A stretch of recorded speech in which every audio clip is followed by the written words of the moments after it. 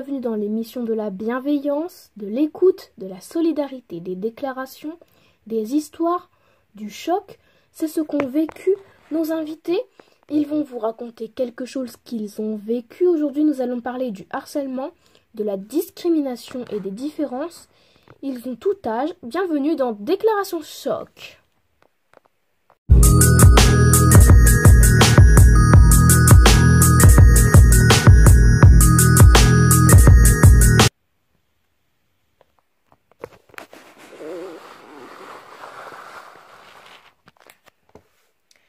Elle a 32 ans, victime de sexisme. Accueillez Julie.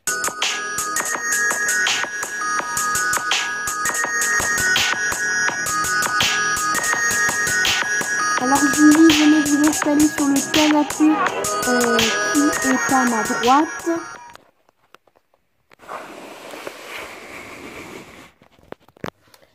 Alors Julie, vous êtes victime de sexisme dans la rue. Oui, on m'a déjà agressée car ma robe était trop courte à leur goût. Quand vous dites leur, vous parlez de qui? Je parle des sexistes, des machos plus vulgairement. Julie, vous allez nous raconter cela. Avant, j'aimerais accueillir Philippe.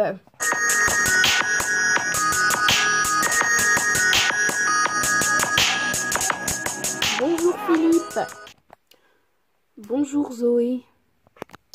Philippe, qu'est-ce que vous venez nous raconter aujourd'hui? Alors moi, je me suis fait harceler au travail par mon patron. Il me demandait de l'argent chaque jour. C'était une boule au ventre, des menaces. On vous écoutera bien sûr, mais avant ça, on accueille Wallouk, 19 ans, qui est venu nous parler de racisme qu'il a connu.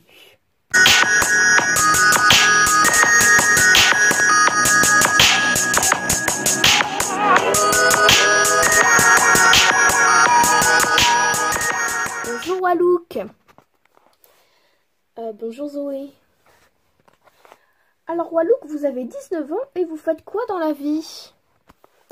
Alors moi, je fais des études d'art. Je suis passionnée par le street art depuis que je suis au collège. Oui, on voit une de vos œuvres à l'écran, Wallouk. C'est très très joli, hein. J'aime beaucoup. Merci. On accueille notre dernière invitée. Elle a 11 ans. Elle est très intelligente et gentille. On accueille Flora.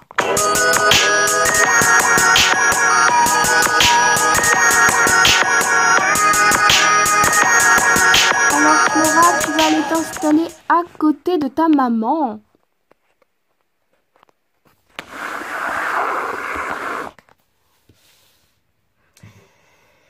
Alors bonjour Flora, donc tu es très jeune. Pourquoi tu viens dans cette émission? Bonjour. Moi,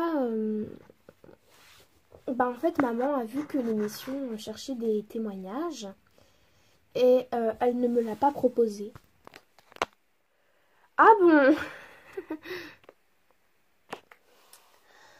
Et moi, je l'ai vu et je me suis dit que je pouvais venir pour parler des problèmes que j'ai vécus et de mon combat pour aider les autres enfants.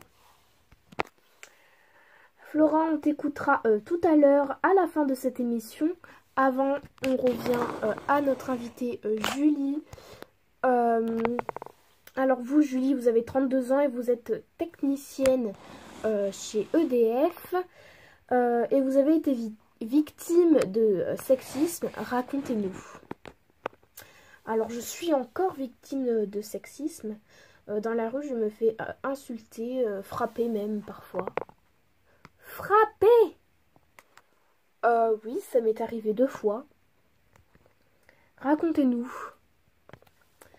La première fois, c'était à Besançon, dans la rue Richebourg. Je me rendais à pied pour aller voir un ami. Et sur le trottoir, 3 hommes qui devaient avoir la vingtaine, je pense, ils m'ont dit de m'arrêter. Donc je l'ai fait. Et puis ils m'ont dit que mon t-shirt était trop court. Ils m'ont répondu qu'ils voulaient m'avoir dans leur lit. Et que si je me faisais violer un jour, ce serait normal vu les tenues que je porte. Oh, c'est honteux, c'est choquant. Vous leur avez répondu quoi? Ouais, c'est vrai, un peu choquant. Et vous leur avez répondu quoi? Qu'ils étaient fous et que c'était délirant, que ce genre de propos existait encore en fait, existait encore à notre siècle, mais voilà, je leur ai répondu que c'était des propos qui étaient passés, que voilà, que ça n'existait plus ce genre de propos. Et ils ont réagi comment? Ils m'ont encerclé. Un s'est approché et a commencé à me déshabiller. Je lui ai demandé ce qu'il faisait. Et puis, il a commencé à m'embrasser, à se frotter contre moi. Je l'ai repoussé violemment et il est tombé sur le trottoir, sur le bord du trottoir. Un s'est approché rapidement et il a commencé à me frapper en fait.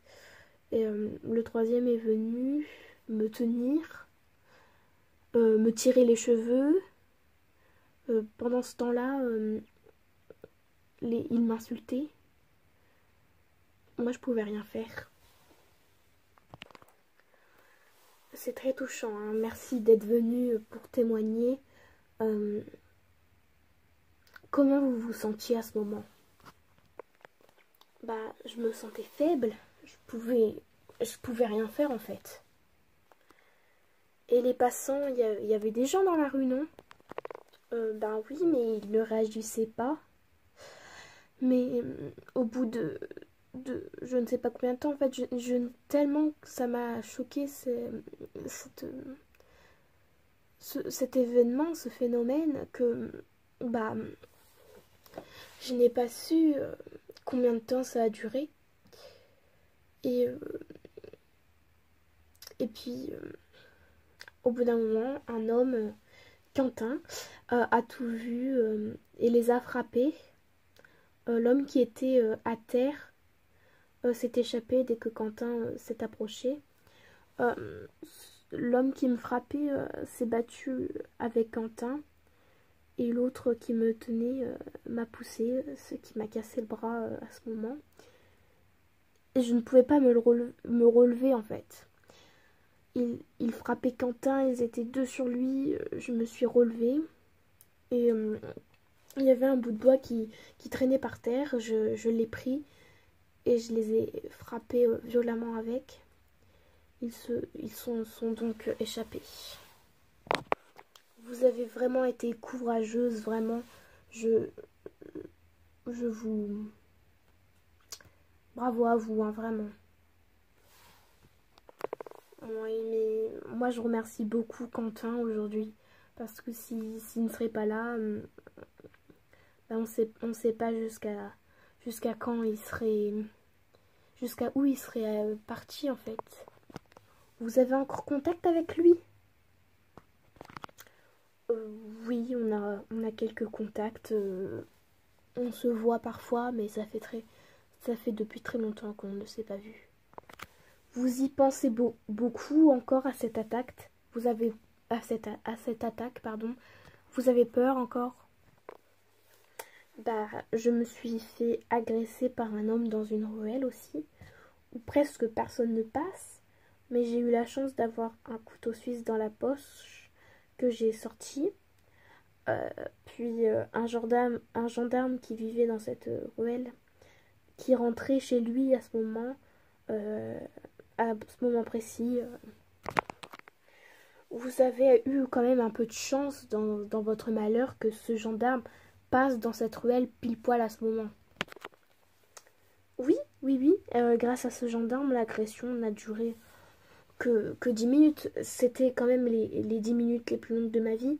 Mais je préfère que ça dure 10 minutes qu'une autre durée où on ne sait pas comment ça se serait fini. Alors nous avons une petite surprise pour vous, regardez à l'écran.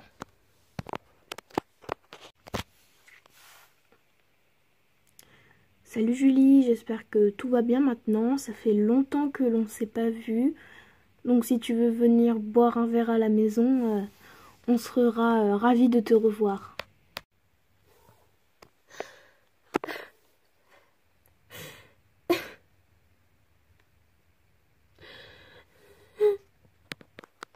Vous êtes ému, hein?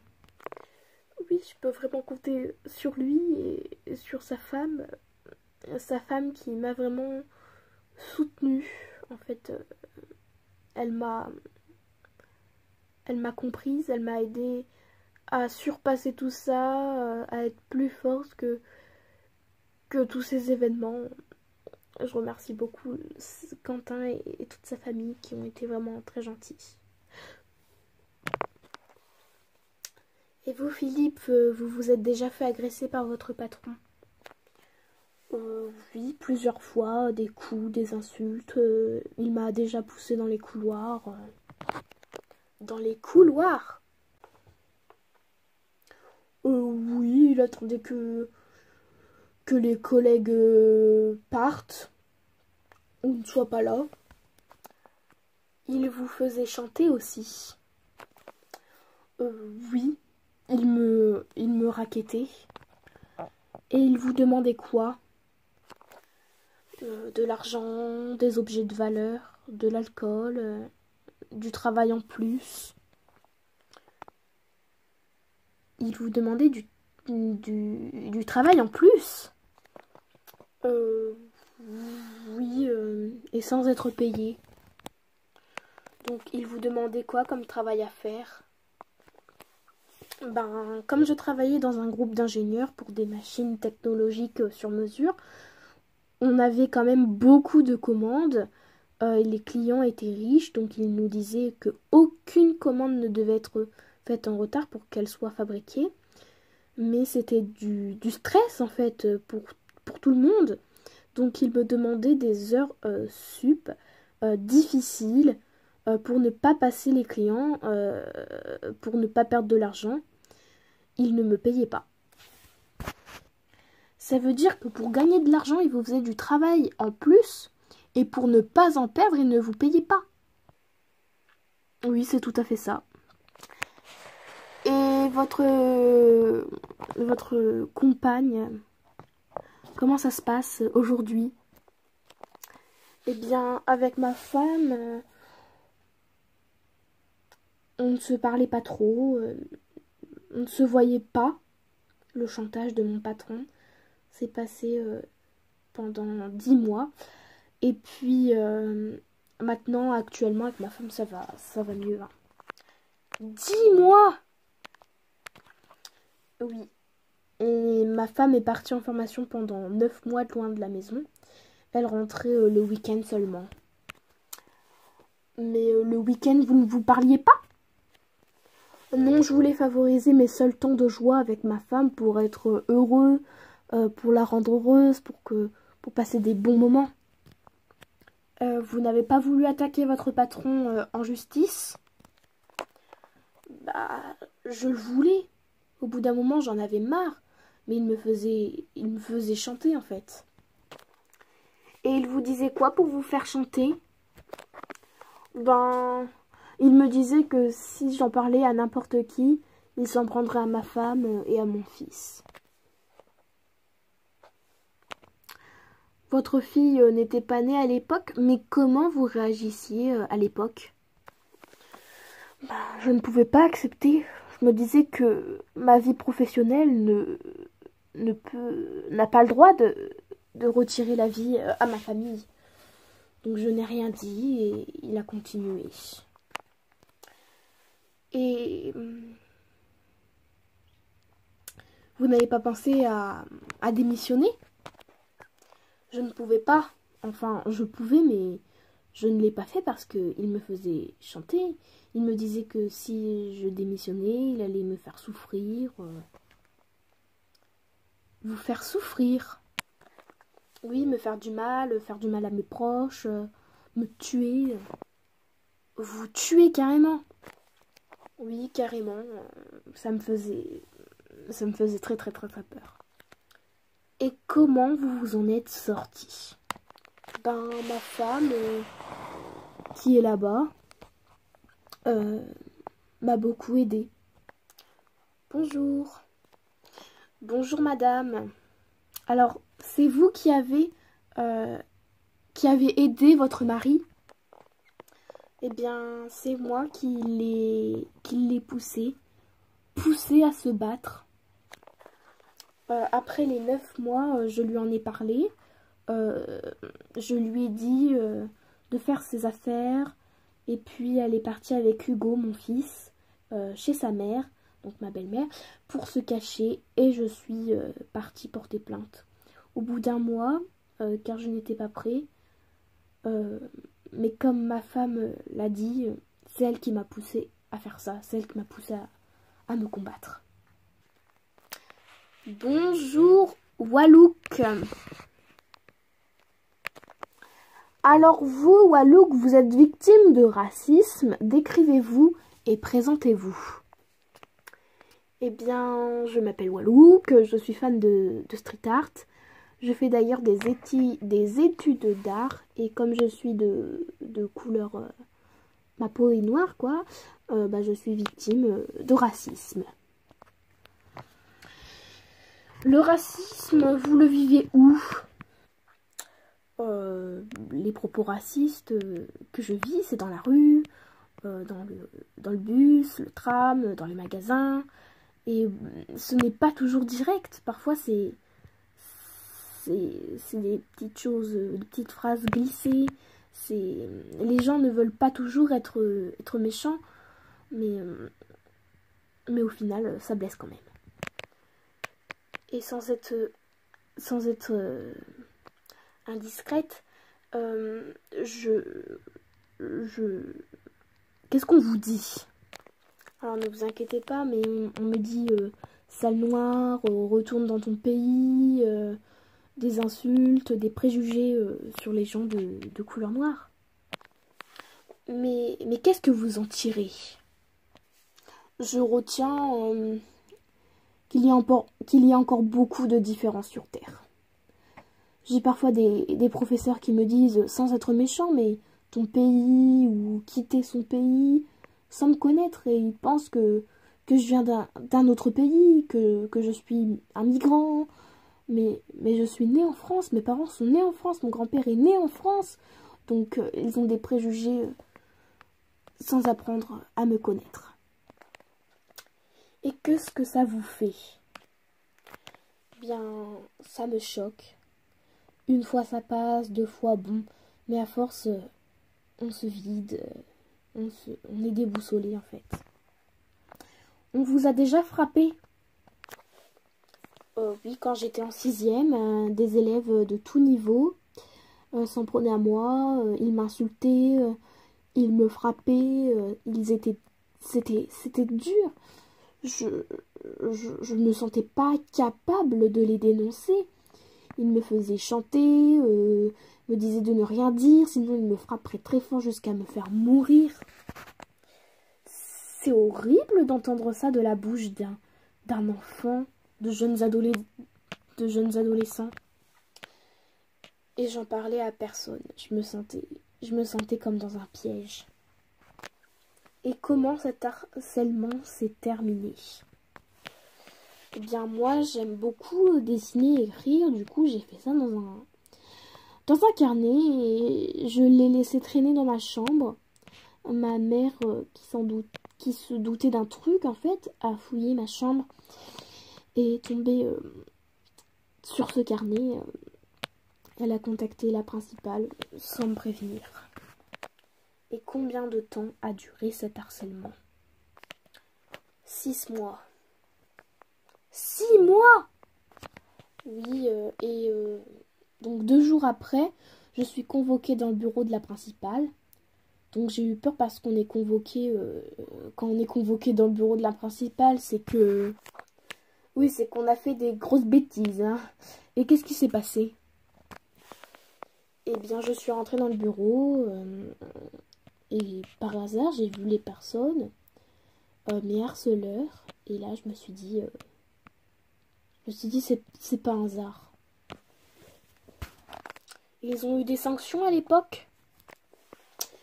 Oui, ils devaient me faire leurs excuses. Ils ont eu 1 mois de travail d'intérêts généraux et 5 heures de colle pour ceux qui m'ont menacé de mort. Vous vous sentez mieux maintenant? Oui, franchement, je mène ma vie, je consulte une psy, donc ma vie s'arrange. Tant mieux. Flora, bonjour. Bonjour. Et toi, pourquoi viens-tu Comment trouves-tu les adultes qui ont parlé aujourd'hui? Je trouve qu'à n'importe quel âge, on peut avoir des problèmes. Et je peux conclure que les gens ne sont pas respectueux entre eux. Et toi, pourquoi viens-tu dans cette émission? Je me suis fait harceler à mon collège parce que j'étais trop introvertie pour eux. Et j'ai réussi à m'en sortir. Cette année, j'ai créé un groupe contre les différences et les discriminations avec tous les élèves de mon collège qui vivent ces différences, ces discriminations. Et une participante du groupe a eu l'idée d'aider les élèves de d'autres collèges partout dans le monde. Et elle a donc créé un compte Instagram qui s'appelle Les élèves contre le harcèlement et les discriminations. Et elle a déjà reçu 9391 abonnés en 4 mois. Pas mal. Maintenant, raconte-nous ton année de harcèlement. Bah déjà, c'était en 6e. Je me suis reconnue dans le témoignage de Wallouk. Et même si pour ça, c'est le harcèlement, ça s'est passé de novembre à mai. Tout ce temps, oui, et la première semaine de mon harcèlement, même si pour ça n'en était pas, puisque bon, des malentendus, on peut en avoir sans que ce soit du harcèlement, mais au bout de plusieurs semaines, où c'était les mêmes personnes, j'ai ouvert les yeux. Donc durant cette première semaine, la fille se moquait de mon style, puisque je m'habille très classique. Voilà. Donc cette fille se moquait de ça.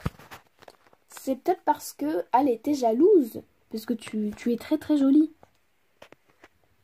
Oui, c'est ce que m'ont dit les adultes qui m'ont aidée.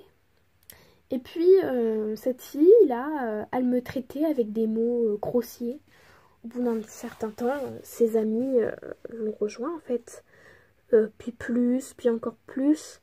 Et au final, 12 harceleurs et harceleuses, pardon. Et ma meilleure amie, Zoé. Zoé... Eh bien, ça c'est bien, Zoé. Donc, elle m'a aidée dans ma galère. Et elle aussi subit des insultes. Mais je voulais pas qu'elle aille voir la CPE. Du coup, elle ne l'a pas fait. Mais en avril, mes harceleurs ont commencé à me frapper. Elle a attendu parce que je lui disais de ne pas aller en parler. Mais en cours, ils m'ont fait des croche-pieds, tout ça.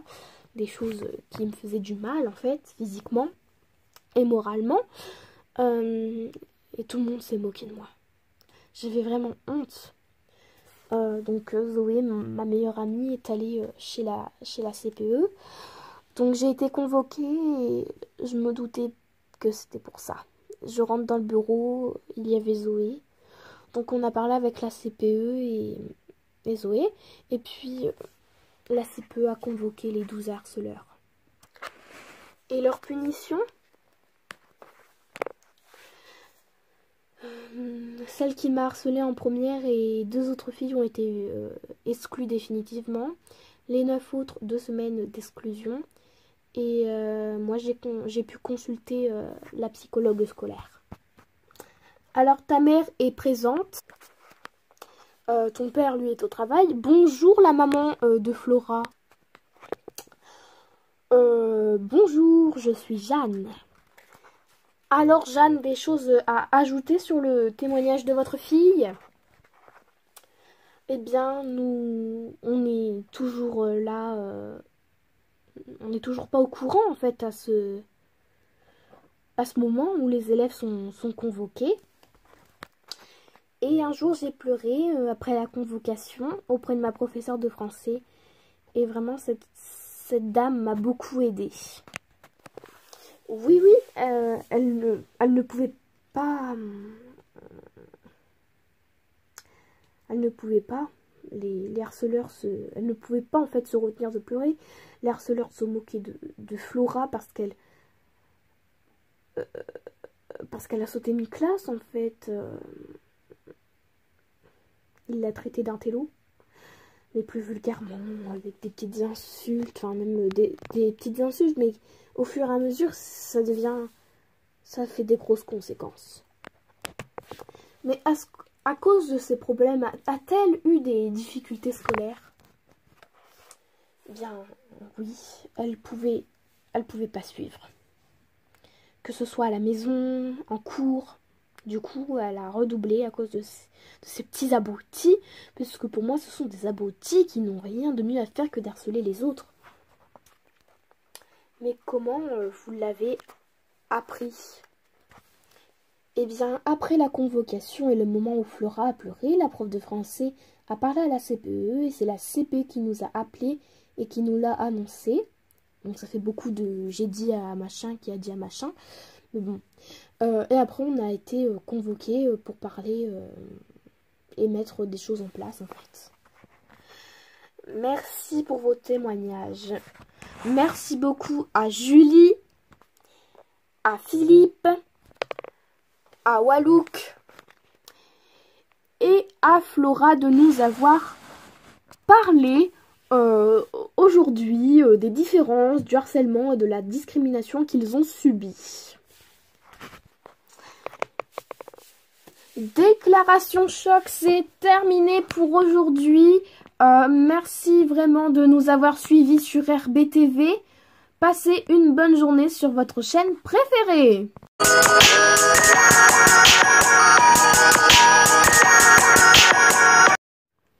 Plus de programmes sur Instagram ou en replay.